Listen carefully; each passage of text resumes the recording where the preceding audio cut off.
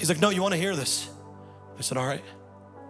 He said, 3 years ago, I was diagnosed with brain cancer. My marriage was falling apart.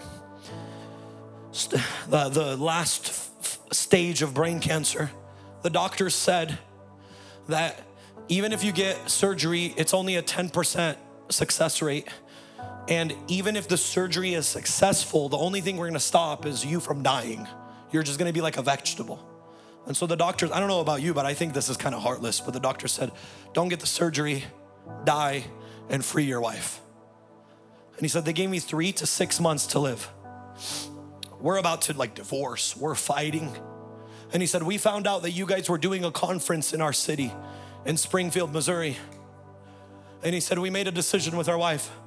We're gonna go to that conference, and that's gonna be our last hope to receive some kind of breakthrough. He said, I came to this conference at 6 months. I came to the conference at 6 months. He said, me and my wife received prayer. We started manifesting. We got delivered. And then on Sunday, this young dude, sweating profusely and a vein popping out of your neck, was screaming at the top of his lungs and sharing testimonies of God's healing power. And he says, and then you do an altar call. And I came up front, and he says, you walked right up to me. You walked right up to me. You didn't know what I had.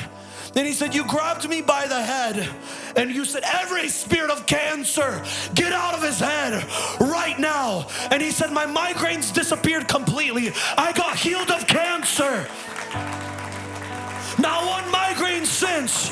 I got healed of cancer. We opened up a ministry, and now we're training people how to preach and to minister. I want to tell you, sometimes your greatest victory is wrapped in your greatest defeat. There will be 1,000 miracles coming from your life. There will be 1,000 healings coming from your life. There will be 1,000 deliverances coming from your life. If you believe it, shout hallelujah and give God a